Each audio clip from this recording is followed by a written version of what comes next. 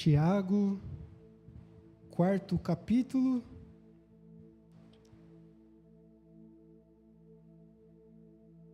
a partir do versículo 13, é a leitura nossa para essa noite, em nome de Jesus. Amém? Diz assim o texto bíblico: ouçam agora, vocês que dizem, hoje ou amanhã, iremos para esta ou aquela cidade, passaremos um ano ali, faremos negócios e ganharemos dinheiro. Vocês nem sabem o que acontecerá amanhã. Que é a sua vida? Vocês são como a neblina, que aparece por um pouco de tempo e depois se dissipa. Em vez disso, deveriam dizer: se o Senhor quiser, viveremos e faremos isto ou aquilo. No entanto, vocês se orgulham das suas pretensões. E todo orgulho como este é maligno. Portanto, pensem nisso. Quem sabe que deve fazer o bem e não faz, comete pecado. Ore comigo. Senhor Jesus, a nossa oração agora é para que o Senhor abra os nossos corações, os nossos ouvidos, o nosso entendimento, para que a sua palavra, que é a espada viva, venha atravessar os nossos corações nessa noite, que nós possamos nos submeter à sua vontade e aos seus propósitos, que o Senhor venha todos os dias diminuir cada vez mais quem nós somos, para que o Senhor cresça nas nossas vidas. É isso que nós oramos em nome de Jesus. Amém. Que a paz do Senhor seja com vocês todos. Muito obrigado mais uma vez pela presença, a todos vocês que estão aqui presencialmente, a vocês que nos acompanham ou nos acompanharão virtualmente pelo YouTube ou pelo Facebook. Que a graça do nosso Senhor Jesus Cristo seja sobre todas as nossas vidas sempre. É uma oportunidade sempre muito boa de estar aqui para a gente refletir sobre o plano, sobre a vontade de Deus e aquilo que Deus deseja para as nossas vidas. E por que a escolha deste tema? Por que a escolha desse texto? Tema este que é submetidos à vontade de Deus. Acredito que tem que ter uma crase ali escrita. Então, a gente vai entender por que nós devemos nos submeter à vontade de Deus e como essa submissão é extremamente importante para o desenvolvimento das nossas vidas. E não só isso, mas é extremamente importante a gente falar de submissão a Deus, essencialmente nesse mês de janeiro. Porque janeiro é um mês onde todos nós viramos especialistas no futuro. Todos nós temos um plano. Todo mundo tem uma meta, todo mundo tem uma palavra profética. É o mês das promessas, é o mês do esse ano eu vou vencer, esse ano eu vou prosperar, esse ano eu vou engordar, esse ano eu vou emagrecer, esse ano eu vou fazer tal coisa. As redes sociais estão bombando de frases prontas, os púlpitos cheios desses discursos motivacionais, e o evangelho várias vezes é reduzido a um manual de desempenho pessoal. Muitas vezes a Bíblia, no começo de ano, em janeiro, principalmente nas explosões dos devocionais atuais, tornou a Escritura como se fosse um manual de instruções para o sucesso. E aí eles pegam a Bíblia e transformam em 365 versículos, que se você ler, você vai ser ajudado a ser um homem melhor, uma mulher melhor, e conseguir com que 2026 seja o seu ano. E não só isso, mas foi muito engraçado, porque eu estava vendo um corte no Instagram de um pregador, que é desses pregadores de teologia coach, teologia motivacional, muito famoso no meio evangélico, e foi muito engraçado que pegaram falas dele desde 2021 até 2026, e no janeiro de todo ano ele falava a mesma coisa: esse ano vai ser o melhor ano da sua vida. E ele fala exatamente a mesma frase em 2021, 2022, 2023. Cada ano vai ser o melhor ano da sua vida. O ano passado não foi nada perto do que Deus vai preparar para esse ano. E a verdade é que muitas vezes a gente pode se contaminar por conta dessa teologia motivacional. A gente pode se contaminar por conta desse ceticismo também muito presente na teologia. Porque se de um lado existe uma teologia, uma religiosidade nova, que mostra um Deus que vai fazer tudo o que você quer para você ser um ser humano incrível, de outro lado tem uma teologia que tirou Deus da equação, que age como se Deus não existisse. E já que Deus não existe, é bom que você acorde cedo, pegue o seu bilhete único, a chave do seu carro e vá trabalhar, porque se você não fizer isso, as coisas não vão cair do céu. E se você não se esforçar ao máximo, você nunca vai conquistar nada. Logo, todo o esforço, todo o sucesso depende exclusivamente de você. E a grande verdade é que esses dois pontos são totalmente errados. Nós não podemos nem acreditar num Deus que coloca o homem como um centro, e nem acreditar e viver como se Deus não existisse. Como se tudo aquilo que nós temos e vivemos é fruto do nosso esforço e do nosso mérito. A verdade é que os dois caminhos geram o oposto do que o Evangelho nos propõe. Se um caminho corrompe Deus, o outro caminho corrompe o ser humano. Coloca um ser humano egocêntrico, um ser humano orgulhoso, onde ele acredita ser melhor do que os outros pelo que conquistou, pelo que conseguiu e pelas coisas que tem. De outro, mostra um cristianismo paganizado, de um Deus que vai dar e vai fazer sempre em prol do homem. Por isso, Tiago, irmão de Jesus, não o apóstolo, ele entra nessa conversa, nessa carta, mostrando alguém puxando o freio de mão em alta velocidade, pronto para capotar esses nossos carros que estão dirigindo em alta velocidade a uma ideia totalmente torta de Deus. E ele diz: em vez de vocês pensarem num Deus que vai dar o que vocês querem, em vez de vocês pensarem que tudo é através do mérito de vocês, vocês estão fazendo uma das piores coisas. Estão planejando como se Deus não existisse, ou como se Deus fosse fazer tudo o que vocês quiserem. Por isso, Tiago, ele não está dizendo planejem melhor. Tiago, ele não está dizendo se esforcem mais um pouco. Tiago não está dizendo convençam Deus. Tiago está dizendo reflitam sobre a vontade de Deus antes de decidirem sobre a vontade de vocês. Por isso a ideia central que a gente vai refletir rapidamente nessa noite, através desse nosso texto base em Tiago, é que planejar sem se submeter à vontade de Deus não é sabedoria, é arrogância espiritual. Por isso a gente vai dividir em rápidas partes, e em primeiro lugar, Tiago ele está atacando a autossuficiência humana. Tiago está citando um tipo de discurso que a gente está acostumado a organizar nas nossas cabeças. A gente coloca tempo, hoje ou amanhã, a gente coloca lugar, esta cidade, a gente coloca duração, 1 ano, a gente coloca estratégia, negociaremos, e a gente coloca o resultado, lucraremos. Tiago está colocando essa organização que a gente faz na cabeça sem Deus, aonde a gente estabelece o tempo da nossa organização, aonde vai ser, quanto tempo vai durar, qual vai ser a estratégia, qual vai ser o resultado esperado. E o mais importante, o mais incrível, é que nada aqui é imoral, nada aqui é ilegal, nada aqui parece errado. Mas Deus não aparece em nenhum momento. E esse é o ponto que Tiago está querendo mostrar. O problema não é o planejamento, o problema é o planejamento autônomo. É o tipo de espiritualidade que diz: Deus me abençoa enquanto eu controlo tudo. E esse é o cristianismo do nosso tempo, infelizmente. É um cristianismo bem organizado, eficiente, estratégico, mas que funciona ateu, como se Deus não existisse.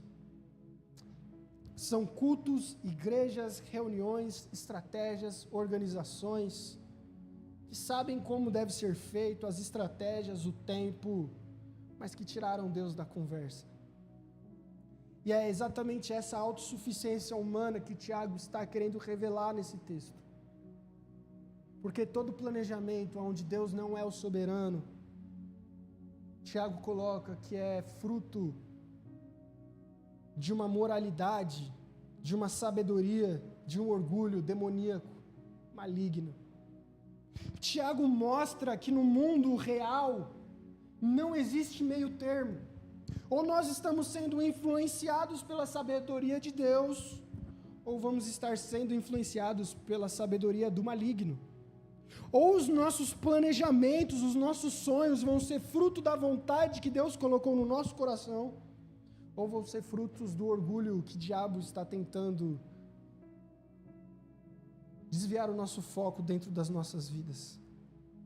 Por isso, em primeiro lugar, o texto nos ensina a termos cuidado quando nós planejamos algo, quando nós sonhamos com algo, mas isso está sendo feito totalmente sem Deus.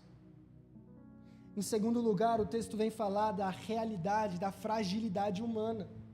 Tiago confronta esse tipo de planejamento, esse tipo de estratégia sem Deus, através da exposição de o quão frágil nós somos.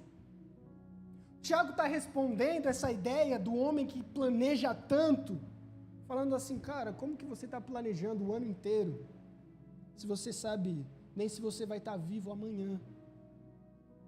É como se ele estivesse falando para a gente, Gustavo, como que você está querendo planejar o ano de 2026 inteiro? Como você quer planejar, montar a estratégia da sua vida até 2030, se você não sabe nem o que vai acontecer com você amanhã? E aí ele usa a metáfora do vapor. O vapor ele aparece, mas não tem consistência. O vapor, embora apareça e seja visível, ele desaparece tão rápido que a gente nem vê. Tiago não está dizendo que a vida não tem valor, mas ele está dizendo que nós não temos o controle sobre ela. Planejar como se a gente fosse soberano é esquecer quem nós somos. Planejar como se nós fôssemos deuses é negar a nossa condição de criatura, é negar a nossa finitude, é negar que nós somos frágeis. É negar que amanhã é uma incerteza cruel de que nós sabemos nem se vamos estar vivos. Por isso, contra a arrogância, contra a autossuficiência humana, Tiago vem falar para a gente, quem você é, ó mortal, assim como Deus diz a Jó em sua resposta. Por isso, em segundo lugar, para estarmos submetidos à vontade de Deus, é importante a gente entender a nossa condição, a realidade de que nós somos humanos, passageiros e suscetíveis a todos os tipos de desastres e calamidades. Em terceiro lugar, Tiago ele vem falar para a gente a submissão verdadeira. Tiago, ele tira o caminho errado, ele combate essa cosmovisão deturpada, mostrando a certa. Ele fala, em vez disso, vocês deveriam dizer, se o Senhor quiser, viveremos e faremos isto ou aquilo. Tiago não está querendo trazer uma superstição, um bordão religioso, um falar bonito. Tiago está querendo mudar o jeito que a gente enxerga a realidade. Tiago está querendo influenciar a maneira com que a gente lida com as coisas, a maneira com que a gente vê as coisas. Ele está falando que até o viver depende da vontade de Deus, e o agir também depende da vontade de Deus. Por isso, Tiago está falando que planejar biblicamente é planejar ajoelhado. É dizer, Senhor, eu tenho planos, mas esses planos não são absolutos. Senhor, eu tenho planos, mas eu reconheço a minha fragilidade enquanto ser humano e reconheço que a vontade que deve ser feita é a sua e não a minha. É a fórmula de oração que Jesus nos ensinou no Pai Nosso, onde Ele diz, venha o teu reino e não o nosso, e seja feita a sua vontade e não a minha. Por isso, Tiago mostra que tanto o viver quanto o fazer depende da vontade de Deus, e todo planejamento deve contemplar essas duas verdades importantes. Por isso, em quarto e último lugar, existe um grande pecado escondido por trás desse triunfalismo, dessa religião motivacional evangélica que tem explodido no Brasil. A grande verdade é que por trás de toda máscara de pessoa que parece piedosa por orar para Deus fazer o que ela quer, está na verdade um coração arrogante. Um coração que está tentando usar Deus e a religião como moeda de troca para as próprias vontades. Tiago, ele fala nos últimos versículos: vocês se gloriam nas suas arrogâncias. É a vanglória inflada, exibida, performática. É exatamente o que a época diz para a gente: declare, determine, profetize sobre o seu ano, o céu reage à sua atitude. E o que Tiago está falando é que toda vanglória é maligna.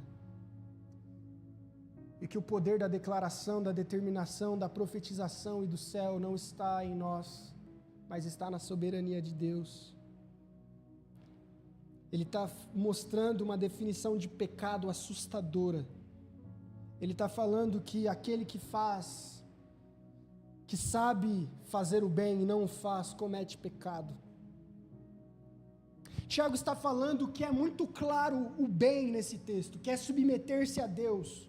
E o pecado não é o fracasso, o pecado é não depender dele. Por isso Tiago está mostrando que Deus não está só preocupado se a gente vai fracassar ou se a gente vai ser bem sucedido, mas Deus está preocupado se a gente vai ou não depender dele nas nossas vidas.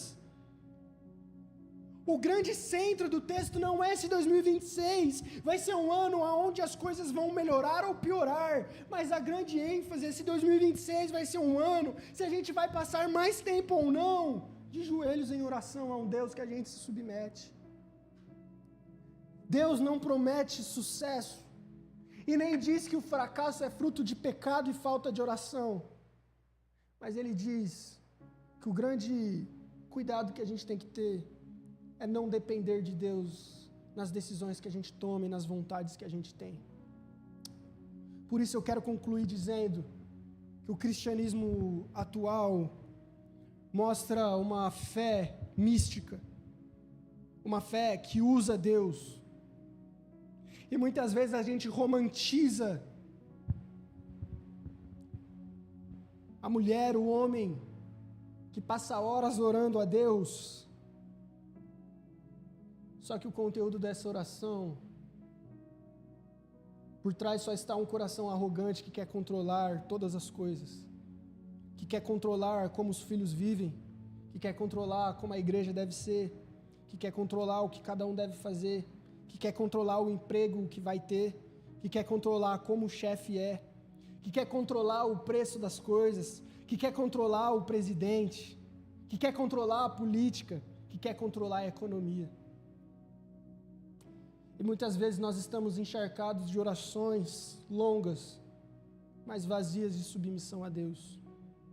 Orações cheias, altas, mas baixas quanto ao teor de pessoas que dependem de Cristo para tudo, mesmo quando Ele não faz o que a gente quer. Por isso Tiago está mostrando que o verdadeiro evangelho não é sobre moralismo, sucesso, mas é sobre Cristo. E Jesus é o oposto do homem que Tiago está apresentando. Jesus é aquele que tinha todo o poder, mas viveu em total dependência. Jesus é aquele que sabia de todas as coisas do futuro, mas não planejou e dizia que não fazia nada por mim mesmo, mas fazia a vontade do Pai. Jesus é aquele que orava dizendo: não seja feita a minha vontade. O único que poderia controlar o futuro escolheu confiar no Pai. O único que é soberano se submeteu como servo. E na cruz, Jesus não morre como um estrategista, mas morre como um obediente. E é nisso que Deus vence. Por isso, nesse começo de ano, Tiago não está dizendo: deixe de planejar, não sonhe, não trabalhe. Mas o que Tiago está dizendo é: não transforme os seus planos em ídolos. Não confunda a fé com controle. Não chame a arrogância de confiança. Não viva uma fé pagã, aonde você quer que Deus faça suas vontades e aonde você pode agir como se fosse o intermediário entre a vontade de Deus e os homens. E muitas vezes a igreja hoje tem homens e mulheres que agem como se fossem as pessoas que contêm a vontade de Deus dentro delas. tudo que elas falam é verdade, tudo que elas falam é a verdade absoluta.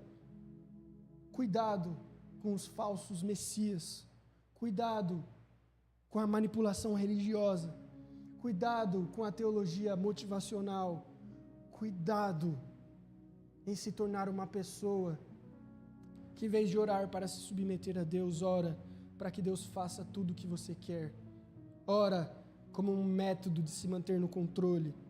E o Deus que é soberano sobre tudo começa a ser usado como um animal de estimação para que ele faça a sua vontade. E é muito bizarro que essa lógica é muito verdadeira dentro da igreja brasileira. Porque é muito lógico você se tornar assim. Porque para pensar, se existe um ser que é soberano e é todo poderoso, e eu tenho acesso a esse ser que pode fazer qualquer coisa, por que não usá-lo para ele fazer o que eu quero? Por que não eu ser amigo deste que pode fazer tudo? É como uma troca de favores, é como política.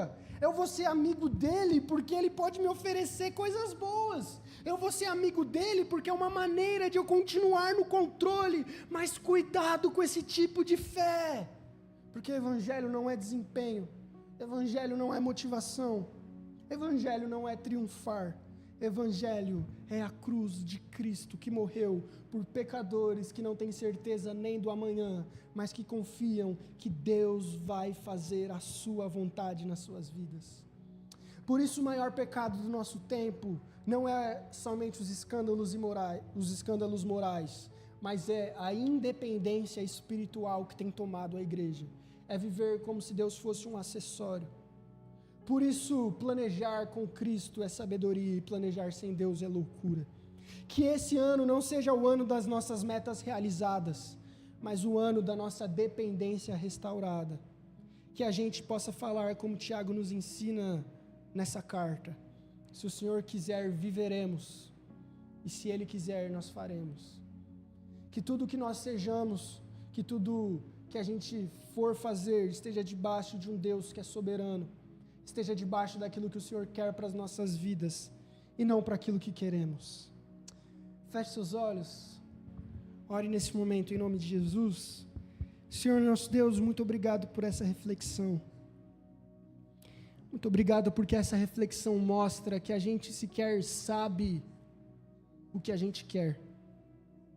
A gente sequer sabe o que é melhor para nós. A nossa finitude, a nossa fragilidade mostra que nós somos pó, que nós somos uma mera neblina passageira, que nós somos seres humanos que sequer têm certeza que amanhã estaremos vivos.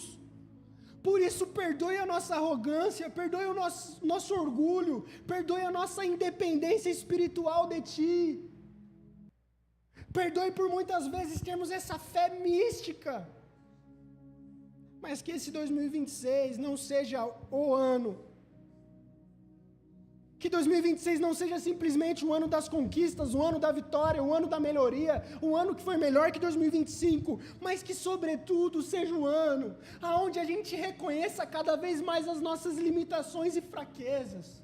Que seja um ano onde a gente perceba cada vez mais como somos seres humanos miseráveis, pecadores e que dependem exclusivamente, totalmente da graça de Deus em suas vidas.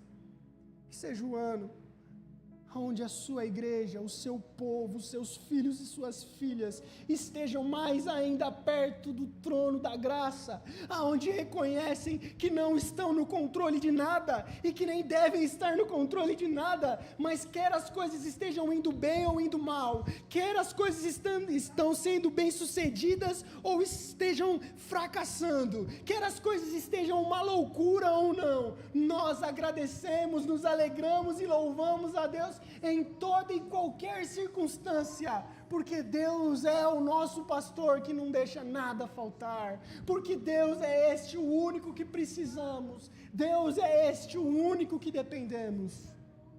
Por isso 2026 e o nosso relacionamento com o Senhor não depende do que o Senhor vai fazer ou de como as coisas vão acontecer, mas 2026 vai ser um ano onde a gente vai se aproximar com humildade do trono da glória de Cristo, e nós seremos mais e mais transformados à imagem e semelhança de Deus, porque a gente entende que o que precisamos não são os bens materiais, não são os sonhos concluídos, não são as estruturas perfeitas, não é que tudo seja realizado conforme a nossa vontade, não são as nossas utopias orgulhosas, mas é com que a gente se pareça mais com Jesus, é com que neste mundo caído a gente possa fazer discípulos, salvando as pessoas que estão condenadas ao inferno pela graça de Jesus.